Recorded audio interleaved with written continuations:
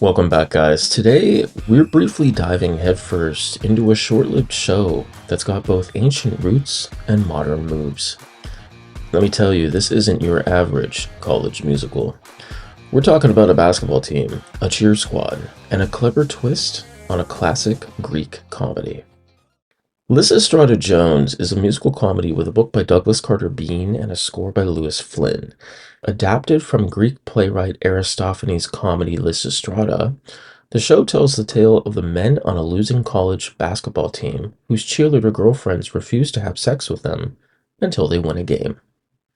The plot of the musical is inspired by the plot of the ancient Greek play Lysistrata, with some artistic liberties to bring the story into the 21st century. In the original play, Lysistrata leads the women of Athens to stop having sex with their husbands and lovers until the long-lasting Peloponnesian War is finally ended. Now, for all you history buffs out there, the Peloponnesian War was an ancient Greek war fought between Athens, Sparta, and their respective allies for the predominance of the Greek world. Now, in the musical, the men's basketball team at fictional Athens University has lost every game for the last 30 years when a cheerleader named Lysistrata, aka Lissy J. Jones, transfers to the school. The musical first premiered at the Dallas Theater Center in January of 2010 under the former title Give It Up. The cast at the time starred actress and dancer most recently seen in the Broadway adaptation of Disney's Frozen, Miss Patty Murin, actress and jazz vocalist Liz Mickle, Tony nominee and original star of The Book of Mormon, Andrew Rannells, Broadway actress and singer Lindsay Nicole Chambers, singer and former member of American pop trio She Moves, Miss Carla Duran, and Broadway musical theater actor Telly Long. By May of 2011, the musical transferred to Off-Broadway's Judson Gymnasium in Greenwich Village under its retitled version, Lysistrata Jones. Now, Ben Brantley of the New York Times called the show effervescent, tasty, and surprisingly filling.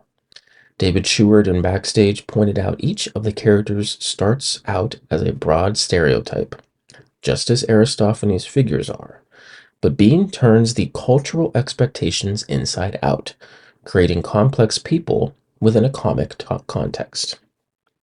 Now, are you ready to meet your Team Athens? Well, first off, do you have a friend who is so bubbly and quirky and enthusiastic, and as much as she might wear you out, when she leaves, she's made you a better person? Do you have a friend like that? You want one? Well, that's Lissy J to a T. Next up, meet Mick. It's short for Michelangelo. His dad wanted him to be Major, and he's got it all just right. A jock courses, sweet girlfriend. Well, he's getting ready to settle, and wouldn't you know it, he's starting to read poetry. Man, that's gotta be messing with his head.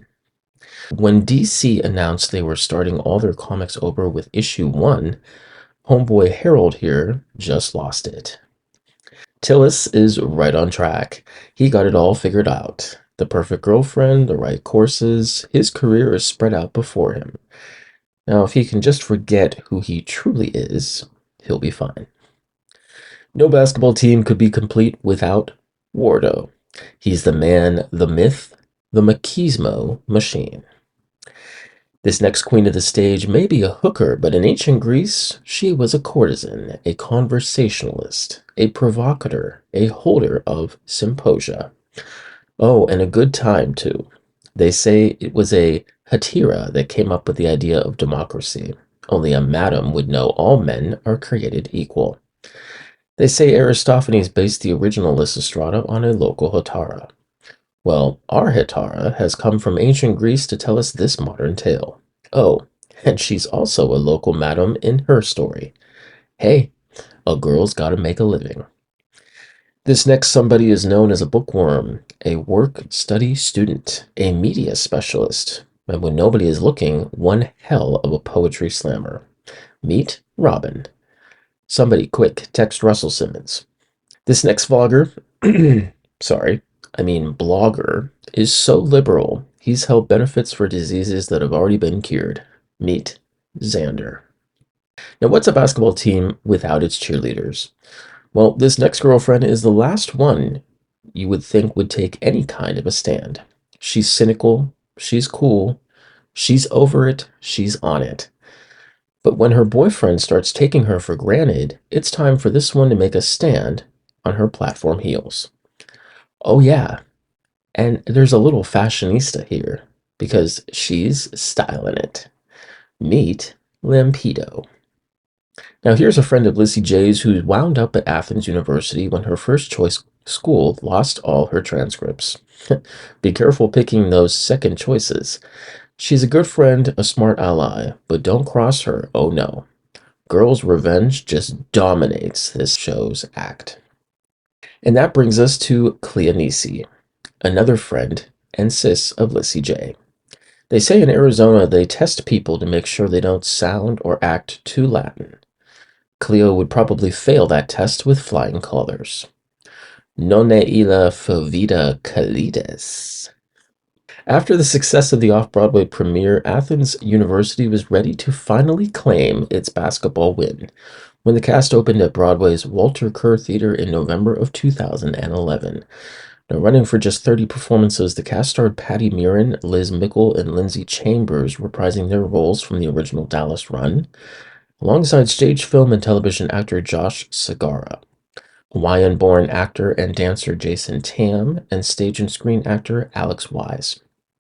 Now, fun fact here, to ensure that the basketball scenes in the musical looked really authentic, NBA Hall of Famer Chris Mullin provided coaching sessions to the cast of Lysistrata Jones to help them with the basketball aspects of the show. Now, Ben Brantley came back to review the Broadway production favorably, stating that the production that opened on Wednesday night at the Walter Kerr Theater warrants not only sighs of relief, but also at least a few lusty cheers. Folks, Lysistrata reminds us that sometimes a little bit of playful rebellion can go a long way. It's a show that celebrates female empowerment, the power of unity, and the importance of finding creative solutions to even the most challenging problems.